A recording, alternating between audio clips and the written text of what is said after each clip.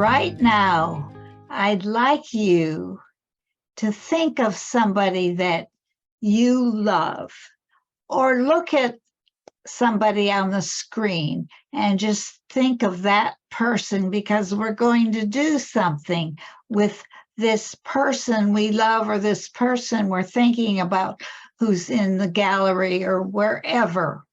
Here we go. I'd like you to say to this person, and of course we're on mute when we do it, to say, I see you the way God sees you. I see you the way God sees you. And you take a breath. And then you say to this person, I hear you the way God hears you. I hear you the way God hears you. And then you say, I love you the way God loves you. I love you the way God loves you. All wisdom comes from a higher source, and I salute that source in you. Let us work together. Masikane, let us work together. Masikane. So I have a question for you.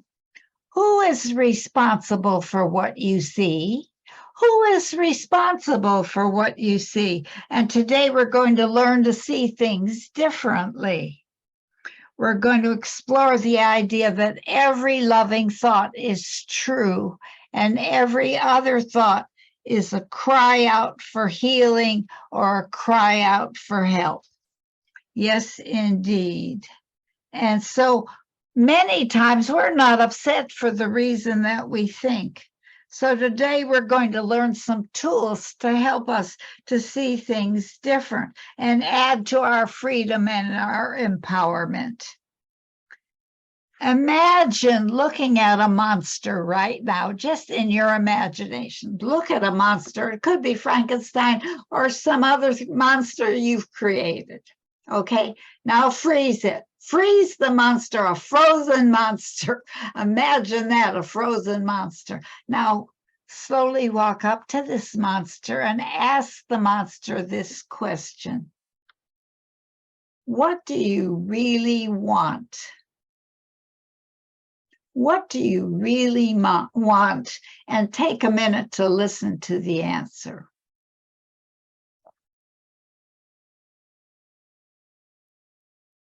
Okay, remember that answer. And I want to share with you that we see life through the paradigm of our own paradigm glasses. Yes, we are wearing paradigm glasses. Through the lenses of these paradigm glasses. So if there seems to be monsters under the bed or monsters in the closet, today, let us come out of the closet with our monsters and say, today I come out of the closet and face my monsters with love. Let's say that again. Today I come out of the closet and face my monsters with love.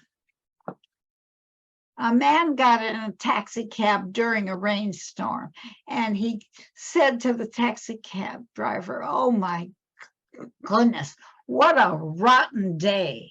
And the taxi cab driver says, it's a very good day to me, sir.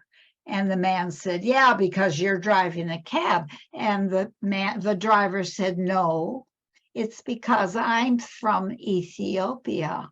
And several years ago, I saw many people get shot, my family and my friends, and I happened to escape. And that's why I'm here right now. I have a wife in Ethiopia, and I haven't seen her for 3 years. I have a new child in Ethiopia, and I haven't seen that child. And I am here, and I'm able to provide for them. And in a little while, I'm going to be able to bring them over here. So you can see it's a very good day to me. So a little while later, the man gets home, and his wife goes, hi, honey. Isn't this a rotten day? And the man says, it's a very good day to me.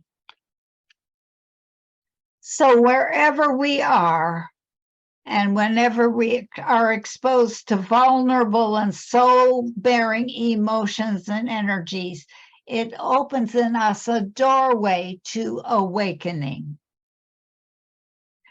So we're going to use the time we're together to process our energies and emotions in whatever way they show up for you. And we're going to use this time to get to know ourselves intimately and deeply. We're going to use it to realign our lives and our energies at the same time, and to do what needs to be done this morning while making time to slow down and breathe. So let's take a big breath together. Okay. Now I'd like you to shake your own hand. Shake your own hand and say, hi, Rainbows Unconscious. How do you do, Rainbows Unconscious? Or your name. How do you do, you're unconscious? I am grown-up Rainbow. I am the adult Rainbow, and I'm here to help you today. And I am here to let you know that I'm going to be working on managing my energy better so that I can hold the vision of a better world for everybody. Yes, not just for myself, a world that's more inclusive, more connected, more prosperous, and more balanced, and more beautiful than it's ever been before. You know, recently I had the following experience. Somehow the world news and everything, and somebody I knew had just made their transition. I found myself judging by appearances, and a great sadness came over me. And even if I did treatments, if I did affirmations, nothing helped. I put on the music that always lifts me. Nothing helped. So you know what I did? I decided to fold the laundry. Okay, maybe that'll help. And as I was folding the laundry, a loving thought was put into my consciousness. And the thought said, these are the people I love. These are the people I love. And then the most extraordinary parade began happening in my consciousness. Everyone in my family I loved, my friends, appeared one by one in my consciousness, this beautiful, beautiful parade. So then I began thinking of the world situation again, and Ukrainian people walked by in the parade. I surrounded them with God's love. And then came the people of Israel and Egypt and Ghana and Turkey and Greece. And I breathlessly realized that the love was encircling all the world, all of creation. Now, here is the best part I have to tell you. The parade is still going on. These are the people I love. So when I was growing up, there was one president. He was president the whole time I was growing up, and his name was Franklin Delano Roosevelt. And he was president into the fourth term when he made his transition. But while he was president, he declared the 4 freedoms. The first freedom was freedom of speech and expression everywhere in the world. The second freedom he declared was everyone is free to worship God in their own way everywhere in the world. The third freedom was freedom from want, which means economic understandings which will secure to every nation a healthy peacetime life for its inhabitants everywhere in the world. And the fourth freedom was freedom from fear. The only thing we have to fear, he said, is fear itself. I love those 4 freedoms. One day, a mother was passing by her daughter's bedroom, and she was astonished to see that the bed was all made and all the things were picked up in the room. And so there was a letter propped up in the middle of the bed, and the letter said, "Mom." So with great trepidation, she opened the letter with trembling hands. "Dear Mom, it is with great regret and sorrow that I'm writing you. I had to elope with my new boyfriend, John, because I wanted to avoid a scene with you and Dad. And I've been finding real passion with John, and he is so nice, even with all of his piercings and his tattoos, his beard, and his motorcycle clothes. Yes, indeed. But it isn't only the passion, Mom. I'm pregnant. And John said that we'll be very happy. He already owns a trailer in the woods, and he has enough firewood for the whole winter. He wants to have more children with me, and that's now one of my dreams too. And John taught me how to grow marijuana, and that doesn't hurt anyone. And so we're going to grow marijuana not only for ourselves, but for his friends, and we can trade marijuana with them for the things that we need. And we're now praying that second round of antibiotics will cure John's gonorrhea.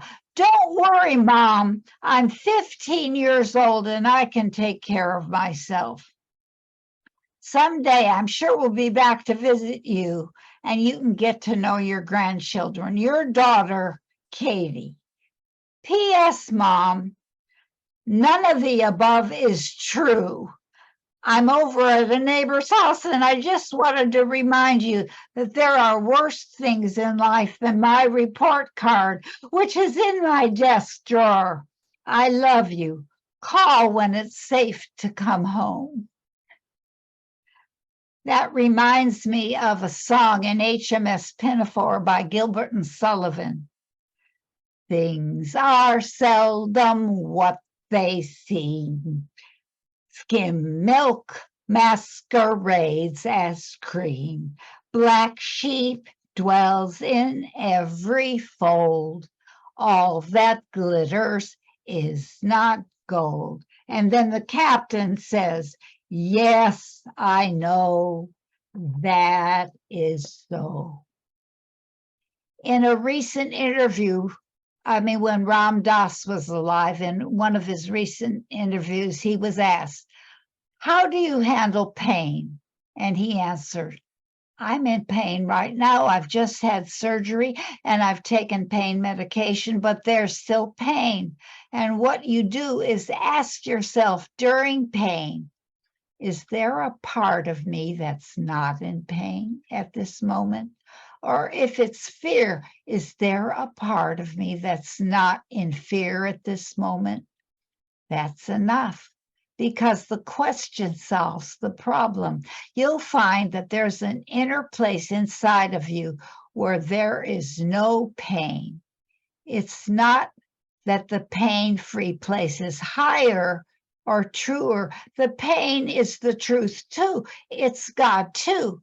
But you aren't fighting it anymore, and you're not afraid of it, and that releases you from its grip.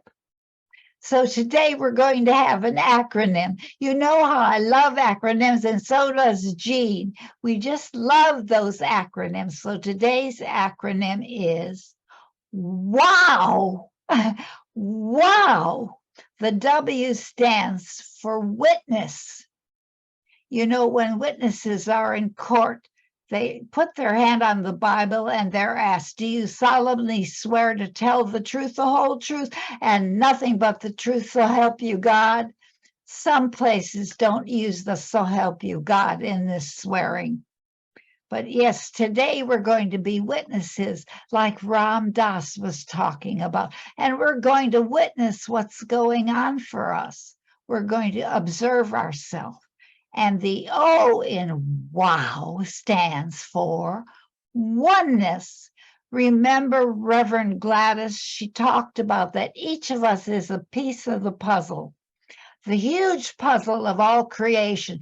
We have our own puzzle piece. And so we need to figure out what our puzzle piece is, because if there's a huge puzzle and one piece is missing, it's not complete. So we need to find out our puzzle piece, what it is, and add it to the oneness of all creation. And the last W is so nutty. It's wackadoo. The last W is wackadoo or weird. Remember when I was reading the quotes, it says, I'd rather be a little weird than all boring, says Rebecca McKinney. And if you're a little weird, work it. A little different, own it. Better to be a nerd than one of the herd, says Mandy Held. You say freak, I say unique, says Christine Boyer. Yes, says Jim Rohn, you must take personal responsibility. You can't change the circumstances, the seasons, or the wind, but you can change yourself. That is something you have charge of. And Epictetus says, we cannot choose our external circumstances, but we can always choose how we respond to them. So maybe today, instead of calling the sermon Monsters Incorporated, we need to call it Speaking the Truth to Circumstances. Adam Crisp says, life is not about waiting for the storms to pass. Oh no, it's about learning to dance in the rain. So cool, dance in the rain. Today, I'm going to share with you 5 new rules to live by. Number 1, it's okay to feel what you feel. Yes, indeed. Feelings are not right or wrong.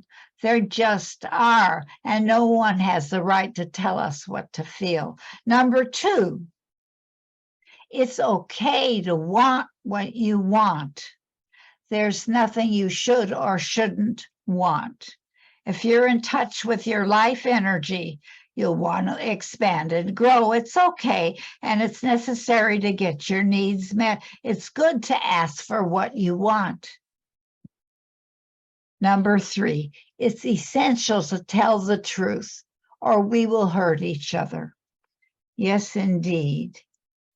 Let us tell the truth. Number 4, it's other people's feelings, needs, and wants are to be respected and validated and valued. Yes, indeed, they have the right to their own feelings, needs, and wants. And maybe they aren't doing what we would like them to do, but they have a right to their own feelings, needs, and wants. And number 5, it's okay to have problems. It's okay to have challenges. They need to be faced and resolved. So let's say our beautiful coming out of the closet together again. Today, I come out of the closet and face my monsters with love. I love the way you do that. So I want to give you some rules to live by. Yes, some more rules to live by. And these are really challenging. The one rule is it's okay if some people don't love me. What are you saying? Says Reverend Rainbow, a recovering codependent. It's okay if some people don't love me. Number 2, it's okay to make mistakes. Yes, I'm trying, but I make mistakes. It's okay. I'll accept mistakes in myself and in others. Number 3, everybody's okay, including me. People don't need to be punished just because they're doing things I don't like or that I would never do. And number 4, this is a biggie. I don't have to control everything. I don't have to control everything. Yes, I'll survive if things are different from the way I want them to be. But now comes the really biggie in capital letters. Number 5, I am responsible for my day. Yes, indeed. I'm responsible for how I feel. If I have a rotten day, I'm the one who created it or allowed it to be that way. If I have a great day, then I deserve the credit for being positive. It's not the responsibility of other people to change so that I can feel better. You know what? I want to come out of the closet again. Today, I come out of the closet and face my monsters with love. Yes, indeed. W, witness. O, oneness. And the last one, wackadoo or weird. In conclusion today, I would like to share with you one of my favorite poems. It's called The Oyster, and it so applies to what we're talking about. There once was an oyster whose story I tell, who found that sand had got under his shell. Just one little grain, but it gave him such pain, for oysters have feelings, although they're so plain. Now, did he berate the working of fate, which had led him to such a deplorable state? No! As he lay on his shelf, he said to himself, if I cannot remove it, I'll try and improve it. So the years rolled by, as the years always do, and he came to his ultimate destiny, stew. And this small grain of sand, which had bothered him so, was a beautiful pearl, all richly aglow. Now this tale has a moral, for isn't it grand what an oyster can do with a morsel of sand? What couldn't we do if we'd only begin with all of the things that get under our skin? Won't you join me in treatment?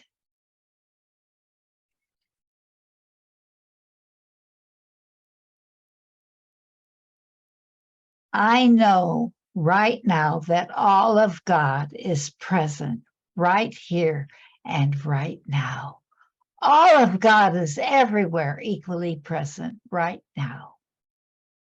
How fabulous to know that, because that means that my life is God's life in all of its aspects, and it means that I embody all of God's attributes in microcosm. And the one I love to use, I am using right now. I am speaking my word. Speaking my word. God is speaking my word through me, because in the beginning was the Word. The Word was with God, and the Word was God. And creation happened. Manifestation happened. So I am now speaking my word for all the people here, all the people who are going to be watching it, and all people in the world, knowing that all of their lives are God's life, mentally, physically, spiritually, and emotionally, that everyone is living God's life, expressing uniquely, individually, as each person, and that we are filled with beautiful, limitless, divine abundance, because we are God's creation. Beautiful, beautiful abundance.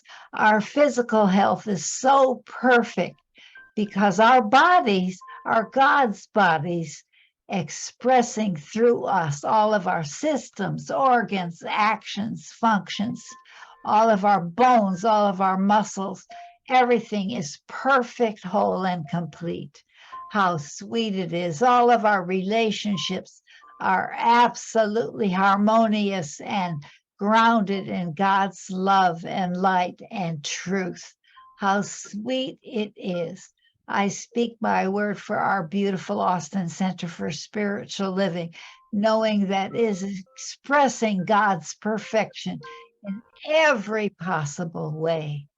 I speak my word for peace on planet Earth and love and light permeating all the situations that are now occurring on planet Earth. I'm so grateful to be able to speak my word and know that my word is now expressing as I release it into the law of the universe, which instantaneously expresses it, even as I have now been speaking. As together we say, and so it is. Amen and hallelujah.